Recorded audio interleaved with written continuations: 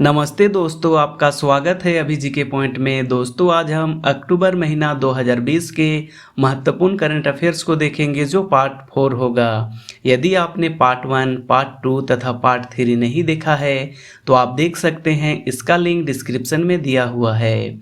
दोस्तों, यदि आपको वीडियो अच्छा लगे तो चैनल को सब्सक्राइब, लाइक और शेयर जरूर करें। पहला प्रश्न है, हाल ही में टूथलेस टू फिंगर वाले डायनासोर की एक नई प्रजाति जिसका नाम है आक्सोको वारसन की खोज निम्न में से किसके द्वारा किया गया है, जो लगभग 68 मिलियन वर्ष पहले पृथ्वी पर निवास करती थी। इसका राइट आंसर है ऑप्शन ए, यूके के एडिनबर्ग विश्वविद्यालय के शोधकर्ताओं ने खोज किया है। तो इसका राइट आंसर है ऑप्शन ए। इस डायनासोर की तोते की तरह दिखाई देने वाले दांत रहित एक चोंच थी। पंख वाले यह सर्वाहारी जीव लगभग 2 मीटर लंबे होते थे। इस नई प्रजाति के कई पूर्ण कंकाल मंगोलिया में गोबी मरुस्थल से खोजे गए थे। अगला प्रश्न है, हाल ही में कंगारू की तरह दिखाई देने वाला लंबे पैर वाले जलीय चूहे की एक नई प्रजाति की खोज कहाँ से हुआ है?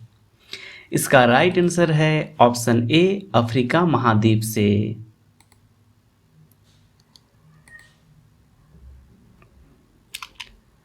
अगला प्रश्न है, हाल ही में शोभा नायडू का निधन हो गया है, वह निम्न में से किस नृत्य के लिए प्रसिद्ध थी? इसका राइट आंसर है ऑप्शन सी, कुचिपुड़ी।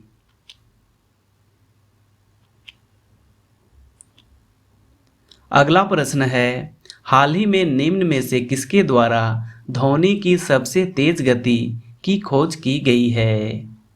इसका राइट आंसर है ऑप्शन ए, लंदन का क्वीन मेरी विश्वविद्यालय द्वारा।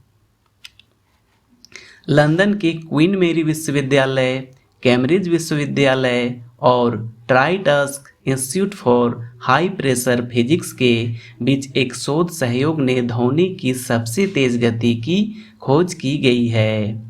ध्वनि की सबसे तेज गति लगभग 36 किलोमीटर प्रति सेकंड है, जो दुनिया के सबसे ठोस ज्ञात सामग्री हीरे में ध्वनि की गति से लगभग 2 गुनी है। इम्पोर्टेंट है, एग्जाम में पूछा जा सकता है।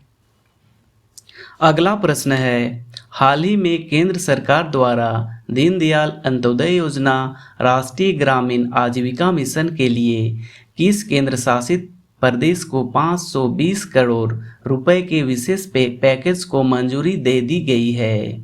इसका राइट आंसर है ऑप्शन सी, जम्मू कश्मीर और लद्दाख को। केंद्र सरकार ने शहरी और ग्रामीण गरीबों के लिए दीनदयाल उपाध्याय अंत्योदय योजना का प्रारंभ 25 सितंबर 2014 को किया गया था। इम्पोर्टेंट है, एग्जाम में पूछा जा सकता है। योजना का उद्देश्य क्या है? कौशल विकास और अन्य उपायों के माध्यम से आजीविका के अवसरों में वृद्धि करना तथा शहरी और ग्रामीण गरीबी को कम करना। प्रधानमंत्री नरेंद्र मोदी की अध्यक्षता में केंद्रीय मंत्रिमंडल ने 14 अक्टूबर 2020 को जम्मू कश्मीर और लद्दाख केंद्र शासित प्रदेशों के लिए 520 करोड़ रुपए के विशेष पैकेज को मंजूरी दे दी गई है। जम्मू कश्मीर गवर्नमेंट के बारे में देखते हैं। जम्मू कश्मीर का कैपिटल है श्रीनगर और जम्मू ले। लेफ्टिनेंट गवर्नर है मनोज सिन्हा। अगला प्रश्न है, मनोज कुमार भारती को हाल ही में किस देश में भारत का राजदूत नियुक्त किया गया है? इसका राइट आंसर है ऑप्शन ए, इंडोनेशिया। आप देख सकते हैं मैप में इंडोनेशिया यहाँ पर स्थित है। इंडोनेशिया का कैपिटल है जकार्ता और करेंसी है इंडोनेशिया रुपया। अगला प्रश्न है, हाल ही में इंटरनेशनल मॉनेटरी फंड ने चालू वित्तीय वर्ष में भारत की जीडीपी कितना प्रतिशत रहने का अनुमान लगाया है? इसका राइट आंसर है ऑप्शन ए, -10.3%।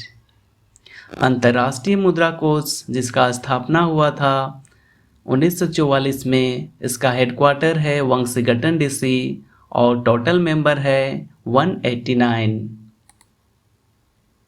अगला प्रश्न है, हाल ही में पूरी तरह डिजिटल हाईटेक क्लासरूम वाला देश का पहला राज्य निम्न में से कौन बना है? इसका राइट आंसर है ऑप्शन ए केरल। केरल का कैपिटल है तिरुवनंतपुरम, सीएम हैं पिनरई विजयन और गवर्नर हैं आरिफ अहमद खान। इंपॉर्टेंट है एग्जाम पॉइंट ऑफ व्यू से। अगला प्रश्न है, हाल ही में केंद्र सरकार द्वारा स्कूली शिक्षा को कारगर बनाने के लिए राष्ट्रीय शिक्षा नीति के अंतर्गत निम्न में से कौन से कार्यक्रम को मंजूरी दी है? इसका राइट आंसर है option A teaching learning and results for status. Important है, एग्जाम में पूछा जा सकता है। विश्व बैंक से 3700 करोड़ की सहायता से इस कार्यक्रम में 5718 करोड़ खर्च किए जाएंगे। इससे 25 करोड़ बच्चों की स्कूली पढ़ाई और 1 करोड़ शिक्षकों के अध्यापन प्रणाली में सुधार किया जाएगा। प्रधानमंत्री नरेंद्र मोदी की अध्यक्षता में केंद्रीय कैबिनेट की बैठक में इस कार्यक्रम को मंजूर दिया गया है।